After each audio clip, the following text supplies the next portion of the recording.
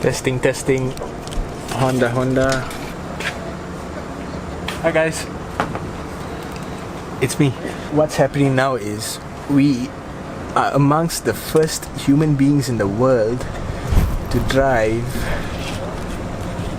that car. See that car there? That is the Honda City RS. We're not the first people in the world to drive the new City. There are plenty of people in Thailand who have already driven this new City, but Malaysia is the first country in the world to get the e-HEV hybrid powertrain. So let me explain step by step all the marketing jargon. So the City usually has grades in Malaysia. You have the S, E and V. This is the RS grade. So that means your body kit is different, your trim level, the interior options, all of that is very, very high grade. The second thing to explain is why they call it e-HEV. e-HEV is sort of like a blanket term for all of Honda's future hybrid vehicles. Let me put it this way. So just like how VTEC stands for just about any of Honda's variable timing technologies, e-HEV is going to stand for all of Honda's future hybrid endeavors. And over the past generation, Honda has tested out 3 different kinds of hybrid cars, at least 3. First, you had the IMA systems, integrated motor assist. You'll remember like the first Civic hybrid back in the day, the 1.3 litre. They even had a Jazz hybrid with that motor, and then the Insight. All of those are called IMA, integrated motor assist.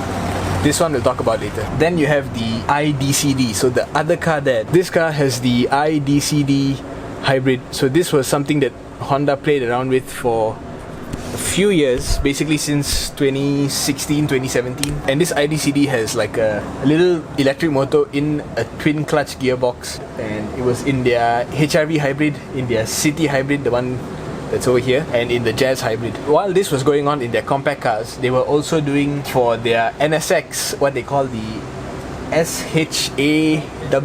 That was another hybrid system with I think 3 or 4 motors, and that stood for super handling all-wheel drive. That system was only put in some Acura models, some higher end Hondas in the US, but we didn't see it here at all. And then at the same time, Honda also played around with another hybrid system called i-MMD, Intelligent Multimode Drive. So the red car that passed by just now, the new City, that car has i-MMD, and basically all e-HEVs will have i-MMD technology. So what's i-MMD and how is it different from IDCD? So I'll try to simplify what i-MMD is as much as possible. In a lot of the hybrids like the IDCD, you have the engine running through the gearbox, and then there's a sort of electric motor in between that can boost power. Because the electric motor is in the gearbox, it can sort of come in when there's enough battery power and the acceleration is necessary. The electric motor can come in and boost the amount of power going to the wheels. So this time with i-MMD, it's a bit different.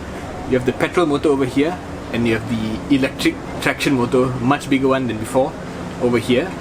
And most of the time, it's the electric motor that's pushing the car forward. So when you see the car going past at low speed, that's all electric. So the petrol motor is used mostly to drive a generator motor which charges up the batteries, the IPU or intelligent power unit.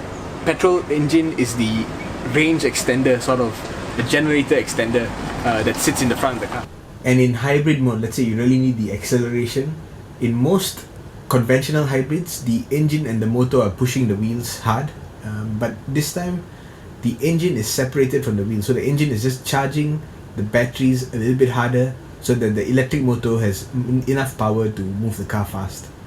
If you're familiar with electric motors, you'll see that a lot of fast electric cars usually don't have a very high top speed, and the faster you go with electric cars, the less efficient they are. So what Honda have done is they've given the task of high speed cruising to the petrol motor. So I'll explain how there's a traction motor and a petrol motor. What happens is when you're going fast enough, there's another clutch that engages, and the petrol power is being used to drive the wheels. When you're slow, you see this guy's just going off, engine is off.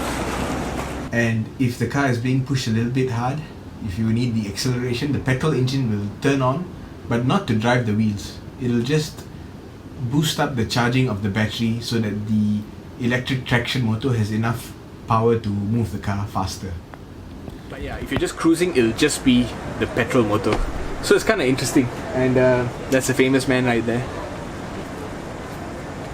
I lost my train of thought. Another difference between the IDCD, the old hybrid system, and the new i-MMD system is that the i-MMD system does not have a there's no proper gearbox. There's not even a real CVT. It's the traction motor simulating ratios. The clutch for the petrol engine has a single ratio, so yeah, it's interesting. Whereas in the IDCD you have a 7-speed dual clutch, but the i-MMD system is a little bit more difficult to wrap your head around. I had a quick go with the car just now. I can tell you it's actually pretty good. They've been running the new i-MMD system for a few hours and it's still delivering pretty consistent amount of torque and power, so the issue of the batteries running out is not really there.